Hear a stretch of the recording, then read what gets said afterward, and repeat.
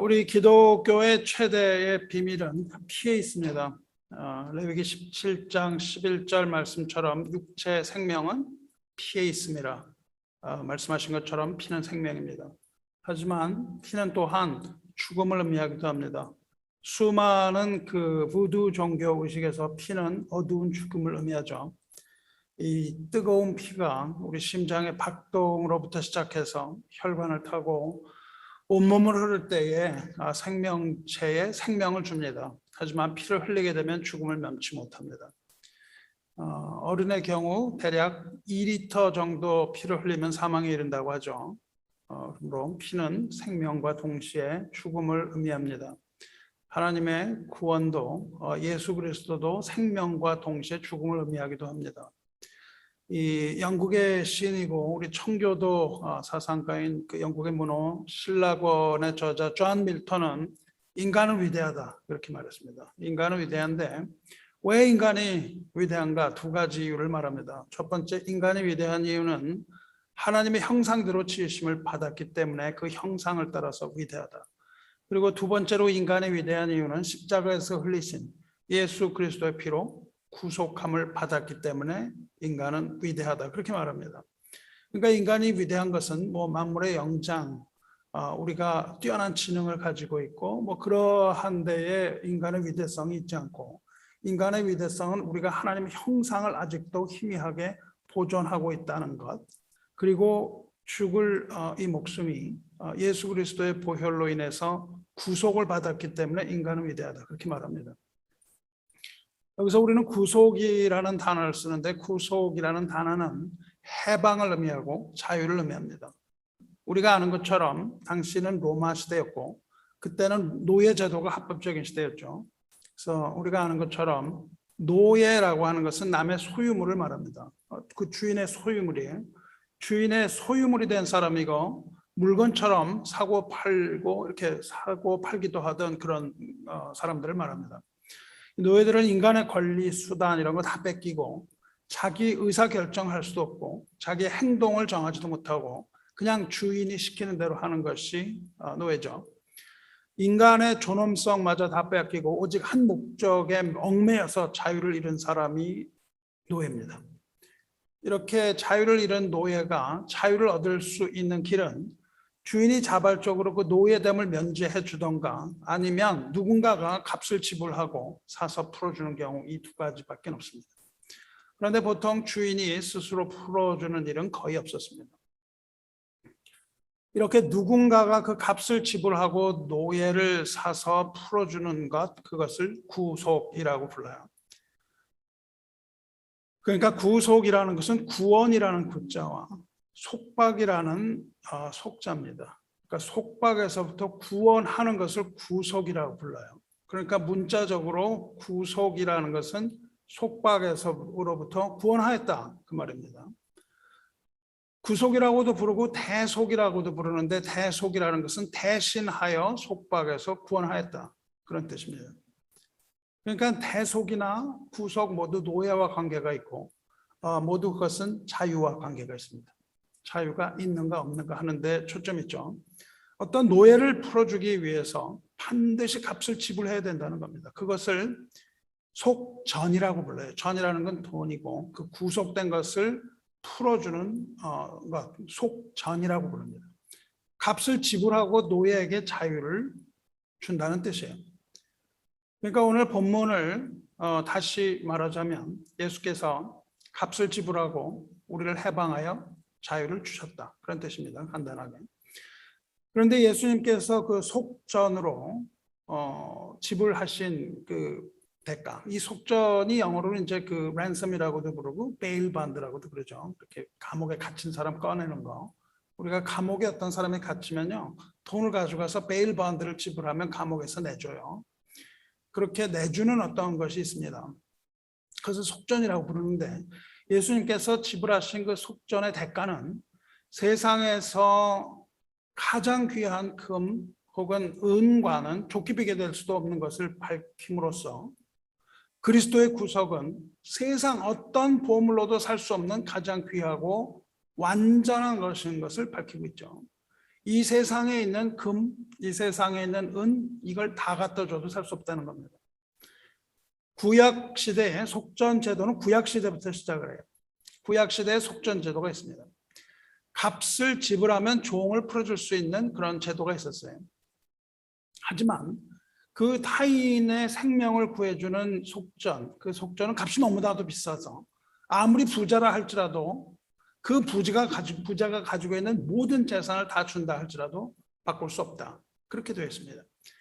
시편 49편 6절에서부터 그 이야기가 나오죠. 자기의 재물을 의지하고 부유함을 자랑하는 자는 아무도 자기의 형제를 구원하지 못하며 그를 위한 속전을 하나님께 바치지도 못할 것은 그들의 생명을 속량하는 값이 너무 엄청나서 영원히 마련하지 못할 것입니다. 그러니까 이 부자니까는 이 재물을 막 자랑한 거죠.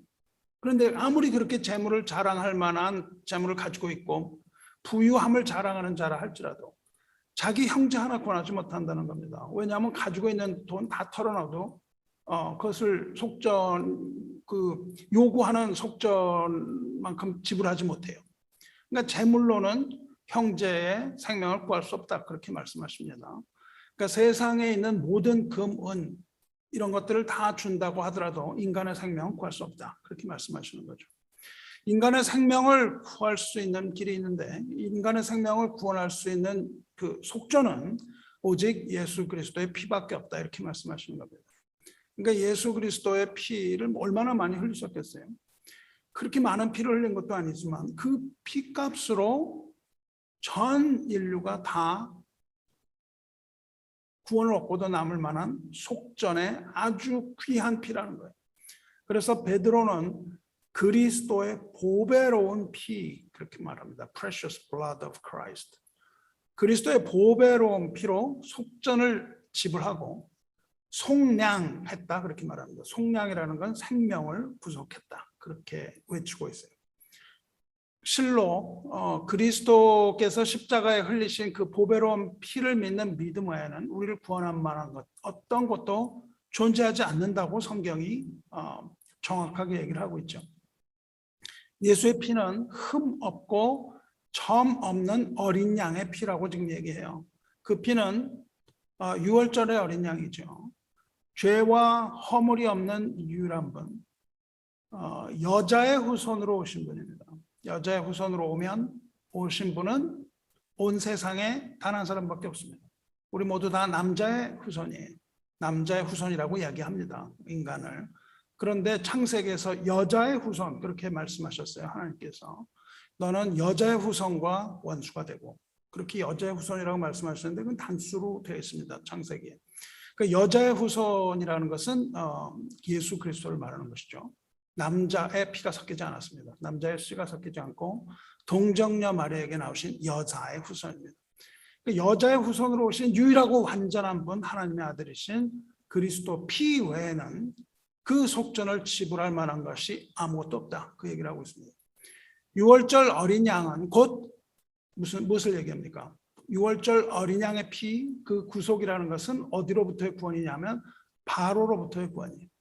그리고 그것은 애굽의 노예 생활로부터의 구원입니다. 노예로부터의 구원이에요. 즉 자유와 해방을 말합니다. 하나님과 그의 복음을 믿는 자에게 있어서 십자가의 어린 양의 피, 이것은 곧 자유와 해방을 말해요. 그리스도는 그처럼 보배로운 피, 값을 매길 수도 없는 정도의 그런 보배로운 피를 흘리셨죠. 하지만 구속을 받은 노예 입장에서는 아무 값도 지불하지 않았어요. 노예는 아무것도 지불하지 않았습니다. 아무것도 지불하지 않고 구원 얻었어요. 그러므로 그리스도의 그 구속에 속량하는 그 속전은 값을 매길 수 없이 아주 값진 것이지만 그것은 노예 입장에서 보면 값없는 구원이라고 말하는 거예요. 우리가 값없는 구원이라고 말할 때 그게 valueless, 가치가 없다는 것을 의미하지는 않습니다.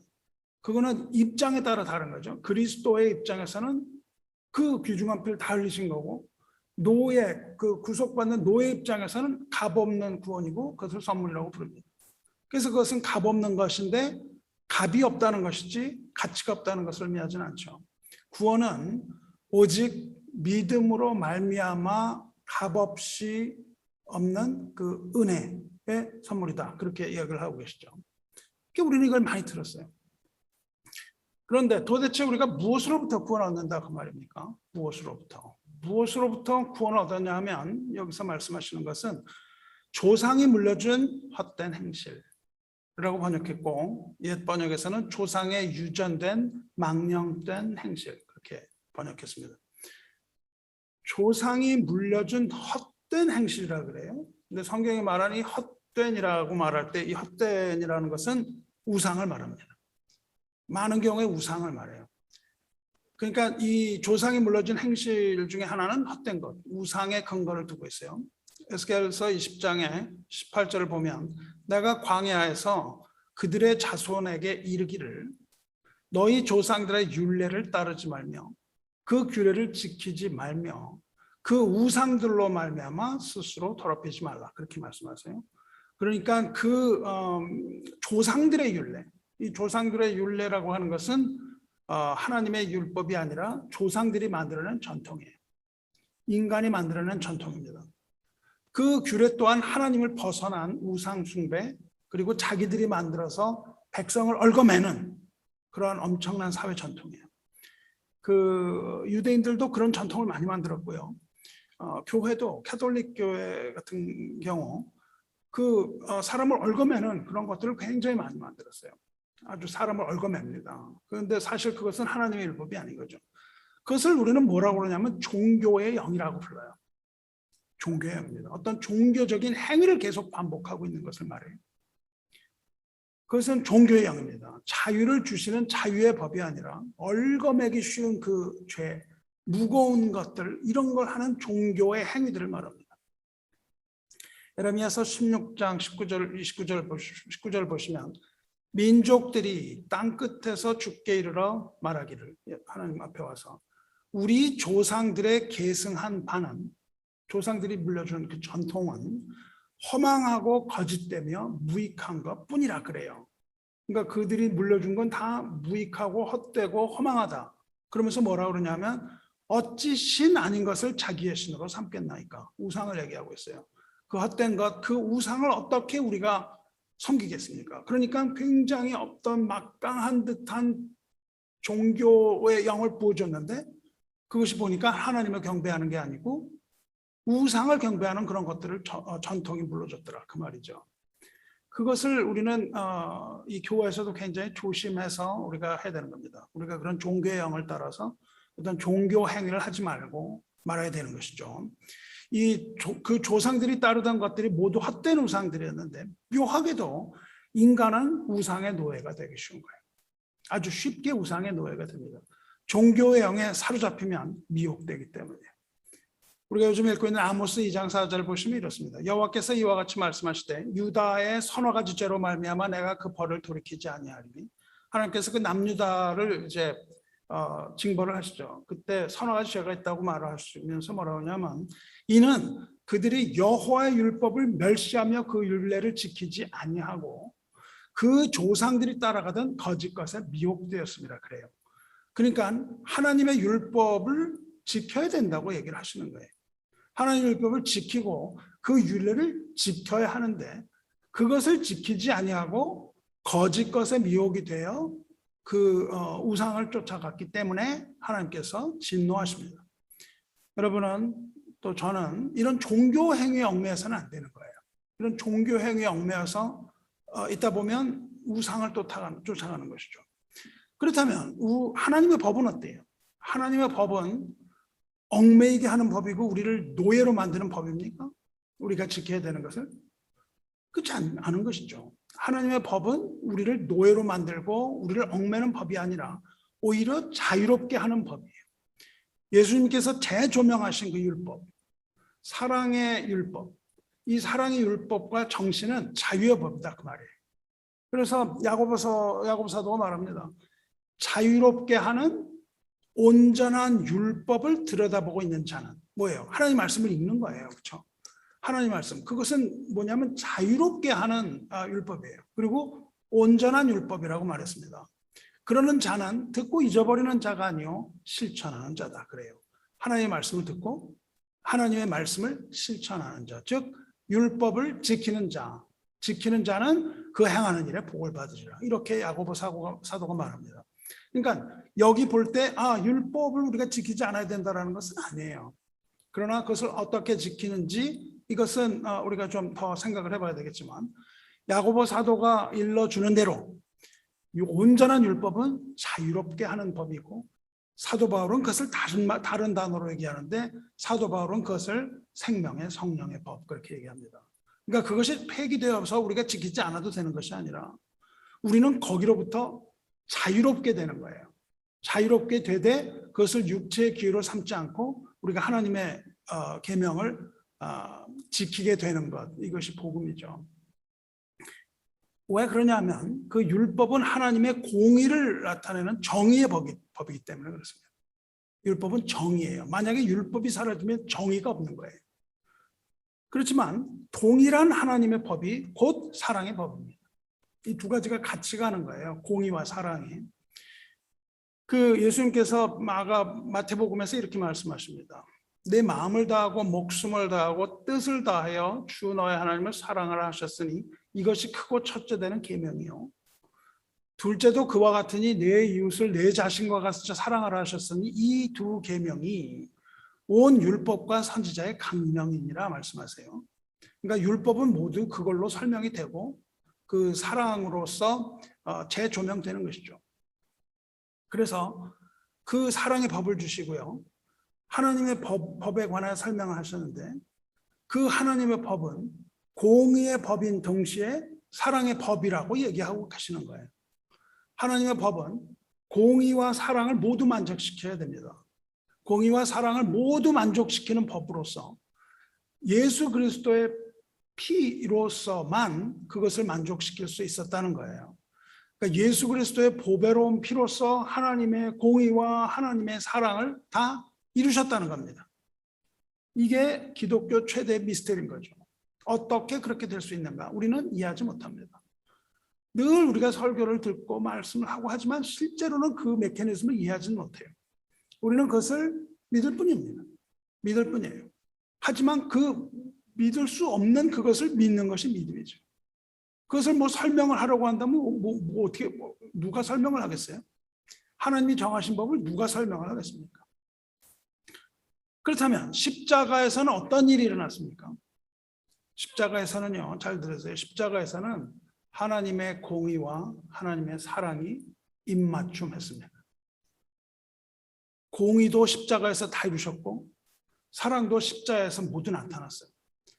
하나님의 공의와 하나님의 사랑이 이 반대되는 것 같은 이 두 가지가 모두 나타난 곳이 어린 양 예수의 십자가고, 거기서 흘리신 피가 바로 흠없고 점없는 어린 양 같은 그리스도의 보배로운 피다. 그렇게 지금 얘기를 하고 있는 거예요. 하나님은 분명히 사랑의 하나님입니다. 하지만 그 하나님의 사랑이 그냥 절대적인 사랑, 무조건적인 사랑, 이런 무조건 사랑이긴 하지만 어떤 거리낌 그런 사랑이 아니라는 겁니다. 만약에 하나님께서 그런 사랑으로 죄를 다스리신다면, 하나님은 사랑이 많은 분이면 틀렸겠지만 공의로운 분은 아니라는 거예요. 죄를 다루심에 있어서 하나님의 이 공의와 사랑을 동시에 충족시킬 수 있는 유일한 것이 바로 그리스도의 십자가입니다.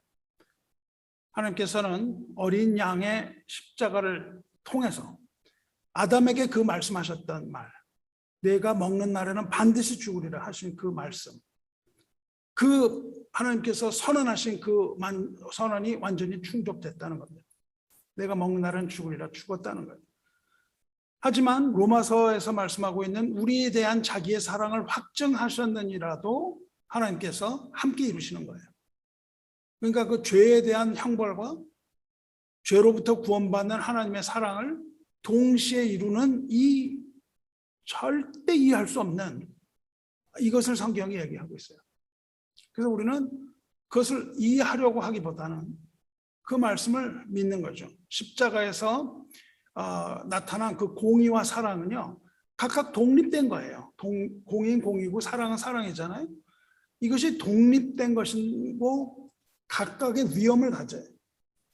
하나님의 공의의 그 무서움과 하나님의 진노, 이거를 가지고요.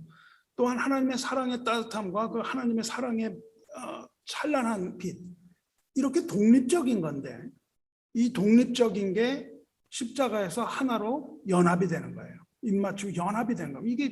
이게 참 신비입니다. 우리가 그리스도의 십자가를 깊이 묵상하면요, 그 죄에 대한 하나님의 증오를 보는 거예요.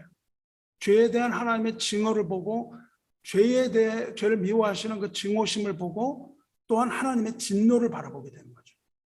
그렇지만 동일한 십자가를 우리가 바라볼 때 그것은 동일하게 죄인들을 사랑하시는 하나님의 지극한 사랑, 이 두 개를 다 봐야 되는 거예요.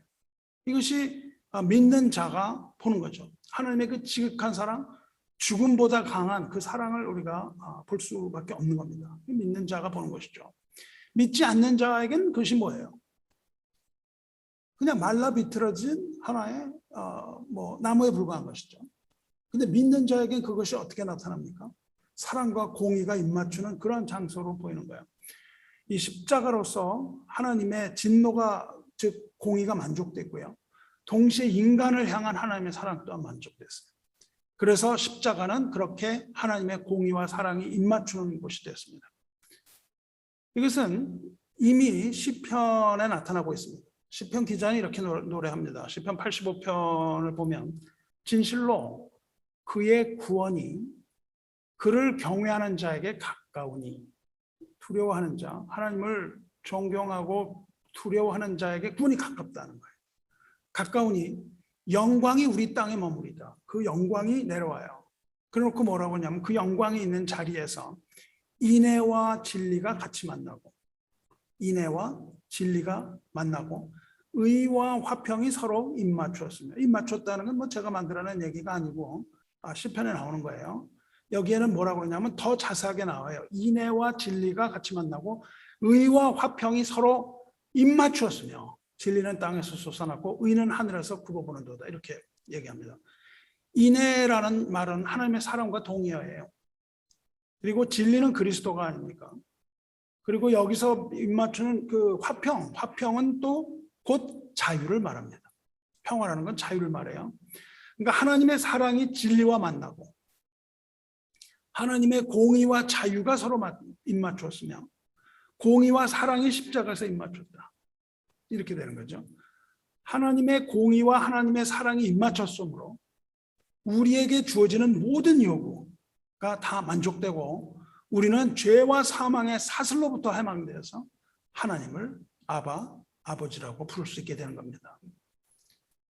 예수 그리스도의 보혈은 영원한 언약의 피예요. 예수께서 마지막 성찬에서 잔을 나누시면서 이것은 죄 사함을 얻게 하려고 많은 사람을 위하여 흘리는 바 나의 피 곧 언약의 피니라 말씀하셨어요. 그것은 언약의 피라고 말씀하셨습니다. 언약의 피는 하나님께서 그 백성과 맺은 인간적인 관계를 말해요. 그러니까 하나님께서는 그 관계를 지금 회복하고 계시는 거예요. 십자가 통해서 그 관계가 회복됩니다. 그리고 그 언약의 피는 우리가 누릴 수 있는 가장 확실한 확신이에요. 하나님께서 약속하셨기 때문에 그것을 믿는 자에게 있어서 가장 큰 확신입니다. 믿음의 눈으로 그 피를 본 자는 안심하고 확신하며 감사하게 되는 거예요. 그럼 믿음의 눈을 떠서 그 피를 우리가 봐야 됩니다. 거기서부터 흘러나오는, 예수의 몸으로부터 흘러나오는 그 피를 봐야 우리가 그 구원에 대한 확신을 가질 수 있어요. 하나님의 공의가 십자가에서 입맞췄기 때문에 그 피를 믿는 자 또한 그 공의에 입각해서 의롭게 되는 거예요. 우리가 아직 죄인 되었을 때 그리스도께서 우리를 위하여 죽으심으로 하나님께서 우리에 대한 자기의 사랑을 확증하셨느니라. 그러면 이제 우리가 그 피로 말미암아 의롭다 하심을 받았느니, 이 두 가지를 얘기하고 있죠. 우리가 그리스도께서 우리를 위하여 죽으심으로 사랑을 확증하시고요, 우리가 거기에서 의롭게 돼요. 이 사랑과 의로움이 hand in hand, 그냥 같이 간다는 거예요.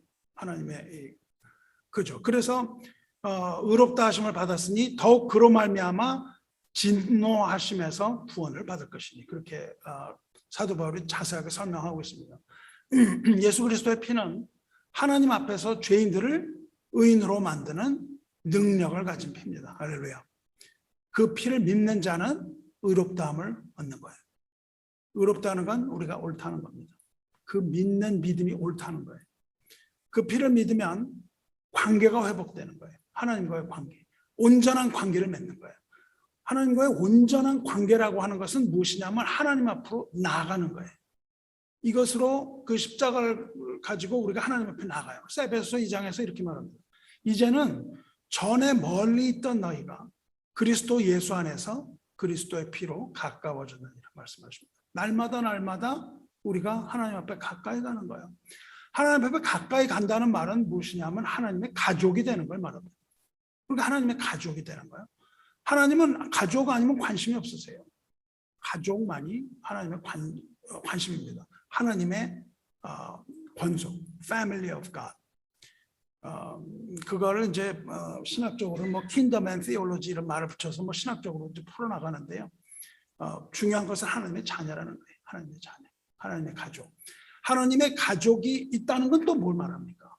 하나님의 가족이 있다는 것은 그리스도 안에서 형제가 있다는 거예요. 형제가.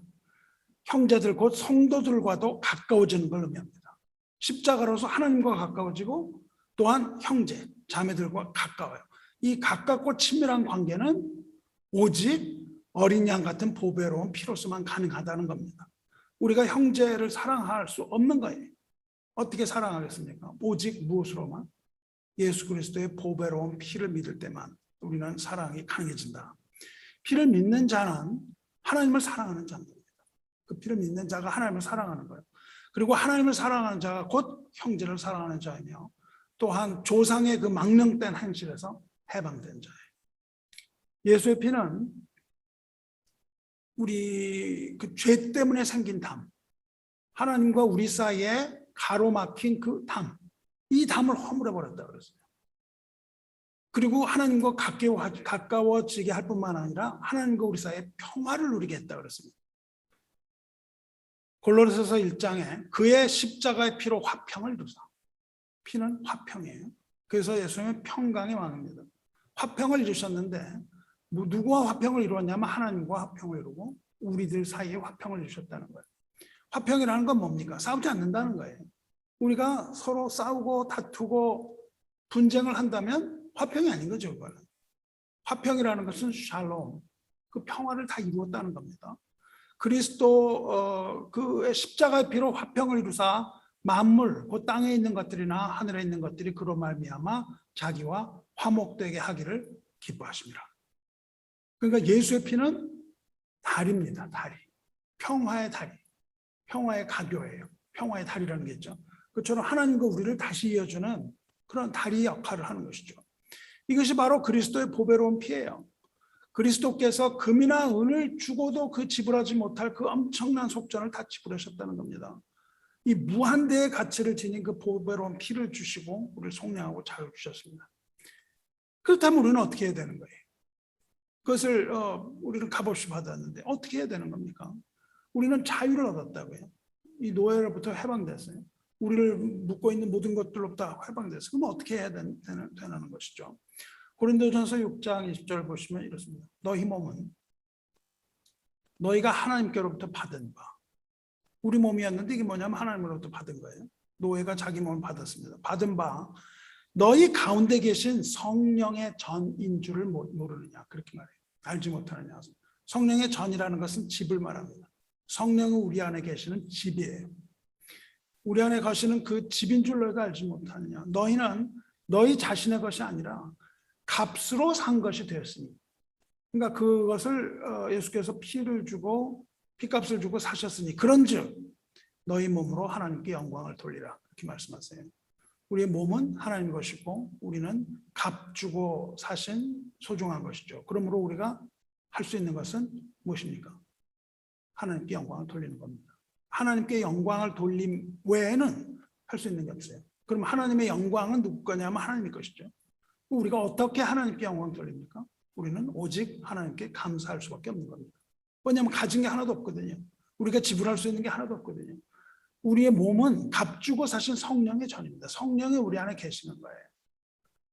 그러므로 우리는 우리 몸으로 하나님께 영광을 돌려야 되는 겁니다. 고린도전서 7장 23절에 너희는 값으로 사신 것이니 사람들의 종이 되지 말라. 다시는 종로로 타지 말라는 겁니다. 우리에게 성령이 들어오셨으니까 우리는 더 이상 종로로 타지 마라. 우리는 그리스도의 보배로운 피로 자유를 얻었으니까 다시는 종의 멍에를 매지 말라고 말씀하시는 거예요. 다시는 종의 멍에를 매서는 안 됩니다. 개가 토한 것 다시 먹는 것처럼 더러운 것으로 다시 돌아가서는 안 된다는 거예요. 우리는 그렇게 돌아가서는 안 되는 그것이고, 그것이 바로 하나님께 영광을 돌리는 그것입니다. 그것이 속전을 지불하지 않고 구원을 값없이 받은 성도들이 해야 하는 유일한 것이에요. 말씀 맺겠습니다. 예수의 피가 우리를 모든 죄로부터 깨끗하게 했다고 그랬습니다. 예수의 피가 모든 우리 죄로부터 깨끗했어요. 그러므로 우리는 복음 안에서 자유를 얻은 거예요. 그래서 우리는 다시는 종의 멍에를 져서는 안 됩니다. 다시는 자유를 육체의 기회로 삼아도 안 되는 거예요. 이 자유라고 해서 나 육체 마음대로 하고 사는 것, 이렇게 해서는 안 되는 것이죠. 우리는 다시 애굽으로 돌아가서는 안 되는 겁니다. 다시는 애굽으로 돌아가지 마시기 바라요. 우리는 오직 먹든지 마시든지 무엇을 하든지 오직 하나님의 영광을 위해서 살아가되 그 안에서 자유를 누려야 되는 거예요. 그렇게 자유롭게 하셨는데 우리가 자유를 누리지 못한다면 그것이 뭐냐면 조상의 망령된 행실이에요. 우상으로 다시 돌아가는 겁니다. 우상으로 돌아가지 말고 우리는 오직 하나님만 섬기시기 바랍니다. 그래서 그 안에서 참된 자유를 누리는 하나님의 자녀로서 우리는 기쁨 가운데 사는 거예요. 기쁨.